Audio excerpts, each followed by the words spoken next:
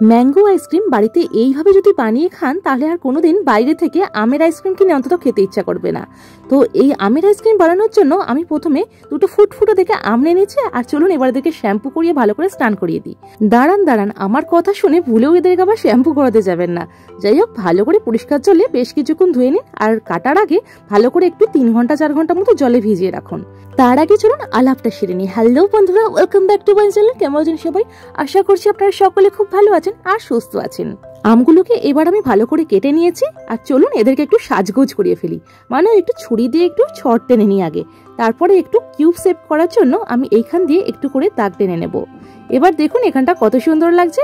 তো চলুন সহজ পদ্ধতিতে কিভাবে এই কিউবগুলোকে আপনারা বের করবেন সেটাও দেখিয়ে দিন। আপনারা অনেকেই জানেন অবশ্য। তো একটা চামচ দিয়ে আমি এটা আস্তে আস্তে করে এক একটা কিউব এখান দিয়ে বার করে নিচ্ছি। এইভাবে করলে দেখুন অনেকটা আমি আমের একদম পুরোটা চেঁচে নিয়ে নিয়েছি। এবারে কেটে রাখা আমগুলোকে আমি মিক্সার গ্রাইন্ডারের ভিতরে পুরোটা দিয়ে দেবো আর দিয়ে একদম পুরোপুরি ব্লেন্ড করে নেব। আমের মরশুম কিন্তু একদমই শেষের দিকে, আর বর্ষা তো চলেই এসেছে। তাই দেরি না করে একদম ঝটপট এই সহজ পদ্ধতিতে আমের আইসক্রিমটা বানিয়ে ফেলুন। আজকে আমি মাত্র কয়েকটা উপকরণ ব্যবহার করে এই আইসক্রিমটা বানাবো। দেখুন আমার এখানে 1 বাটির কাছাকাছি প্রায় আমের পাল্প তৈরি হয়েছে। এরপর একটা বোলের ভেতরে বেশ কিছুটা পরিমাণে আপনারা পুরো ফুল ফ্যাট হুইপিং ক্রিম নিয়ে নিন। আর এখানে আমি একটা ইলেকট্রিক বিটার ব্যবহার করে এটাকে পুরোটা 10 থেকে 15 মিনিট ধরে ফেটিয়ে নেব। যখন দেখবেন যে একদম টাইট হয়ে গিয়েছে তখন জানবেন যে একদম ক্রিমটা পুরোপুরি প্রিপেয়ার হয়ে গেছে। আর তার আগে কিন্তু এইটা কিন্তু ব্লেন্ড করতে থাকবেন যতক্ষণ না এটা ভালোভাবে টাইট হয়ে আসছে।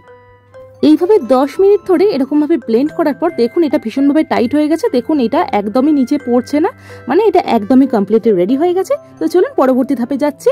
এবার আমি এর মধ্যে বেশ কিছুটা পরিমাণে কনডেন্সড মিল্ক মিশিয়ে দিচ্ছি। আর এবার এটাকে আমি ভালো করে আবারও পুরোটা মিশিয়ে নেব। আপনাদের বাড়িতে যদি ইলেকট্রিক বিটার না থাকে আপনারা কিন্তু হ্যান্ড বিটারও ব্যবহার করতে পারেন। এখানে এক্ষেত্রেও কিন্তু খুব ভালোভাবে ব্লেন্ড হবে, তবে একটু সময়টা বেশি লাগে। এটা ভালো করে এবার আমি মিশিয়ে নিলাম। এবার ওই আমের পাল্পটা এর মধ্যে পুরোটাই দিয়ে দেবো। আমি যেই হুইপিং ক্রিমটা ব্যবহার করছি এর মধ্যে অলরেডি মিষ্টি আছে, আর কনডেন্সড মিল্ক এবং আমের পাল্পের ভিতরে যেহেতু মিষ্টি আছে তাই আমি আলাদা করে কোনো চিনি ব্যবহার করছি না। তবে আপনারা চাইলে কিন্তু আপনাদের প্রয়োজন অনুযায়ী এখানে চিনি ব্যবহার করতে পারেন। আবারও চলুন এটাকে ভালো করে ব্লেন্ড করে নিই। এমনভাবে ব্লেন্ড করবেন যেন পুরো এই আমের পাল্পটা ভালো করে এই ক্রিমটার সাথে একদম মিক্স হয়ে যায়।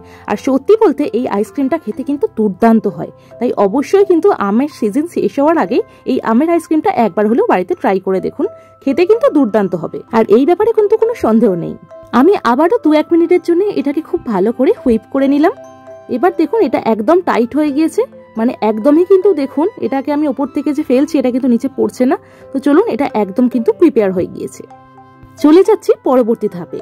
আগে থেকে কেটে রাখা আমের কয়েকটা টুকরো আমি এখানে রেখে দিয়েছিলাম, তাই এগুলো আমি এর মধ্যে সব কটাই দিয়ে দিলাম। আর দিয়ে দেওয়ার পরে এইগুলোকে কিন্তু আমি ভালো করে মিশিয়ে দেবো। মানে কিন্তু এগুলোকে ব্লেন্ড করার দরকার নেই, শুধু ভেতরে একটু মিশিয়ে দিন যাতে করে আপনারা যখন এটা খাবেন তখন প্রত্যেকটা আমের টুকরো আইসক্রিমের সাথে মুখেতে পড়ে আর খেতেও কিন্তু অসাধারণ লাগবে। তো প্রাথমিক কাজ সব কমপ্লিট হয়ে গেছে। চলুন এবার ফাইনাল রাউন্ডে যাওয়া যাক। এবার আমি এখানে প্রিপেয়ার করে রাখা পুরো ক্রিমটাকে একটা বোলের ভেতরে পুরোটাই ঢেলে দিচ্ছি। সম্পূর্ণ বোলটাকে চেঁচে নিয়ে আমি খুব ভালো করে এটাকে চেঁচে নিয়ে এই কাঁচের বোলের ভেতরে ট্রান্সফার করে দিচ্ছি। করে দেওয়ার পর এবার ওপর থেকে ভালো করে সমান করে দিন। আমি স্প্যাচুলার সাহায্যে এটাকে আস্তে আস্তে করে খুব ভালো করে সমান করে বসিয়ে দিচ্ছি। একদম ভালো করে আস্তে আস্তে এটাকে একদম সেট হতে দিয়ে দিন। এইরকম ভাবে এটাকে সেট করে নিলাম। আমি এবার এর উপর থেকে আস্তে আস্তে কয়েকটা আমের টুকরো ছড়িয়ে দিচ্ছি ওপর দিক থেকে সাজানোর জন্য। এরপর একটা অ্যালুমিনিয়াম ফয়েল দিয়ে এটাকে খুব ভালো করে ঢেকে দিন। তারপর 6 থেকে 8 ঘন্টার জন্য ডিপ ফ্রিজে এটাকে ভালো করে সেট হতে রেখে দিন। ব্যাস আপনার কাজ শেষ। এবার চুপচাপ নিশ্চিন্তে বসে নিজের কাজ করুন। আর দেখুন 6 থেকে 8 ঘন্টা পর এটা আমি ফ্রিজ থেকে বার করলাম। এটা খুব সুন্দরভাবে কিন্তু সেট হয়ে গিয়েছে। আর আমি এটাকে কিন্তু মাঝখান থেকে কয়েক টুকরো করে নিয়ে আর ওপর দিকে স্কুপ দিয়ে তুলে 2 রকম ভাবে এটাকে আমি পরিবেশন করেছি। এটা খেতে কিন্তু দারুণ হয়েছিল। তাই অবশ্যই আপনারাও এই আমের সিজন শেষ হওয়ার আগেই এটা কিন্তু বানান। আর অবশ্যই আমাকে আজকে কমেন্ট করে জানাবেন যে এই রেসিপি আপনাদের কেমন লেগেছে। যদি ভালো লেগে থাকে অবশ্যই কিন্তু লাইক, কমেন্ট, শেয়ার এবং সাবস্ক্রাইব করে পাশে থাকতে একদম ভুলবেন না। দেখা হচ্ছে নতুন একটা দুর্দান্ত ভিডিও নিয়ে। ততক্ষণের জন্য সকলে সুস্থ থাকুন, ভালো থাকুন, টাটা।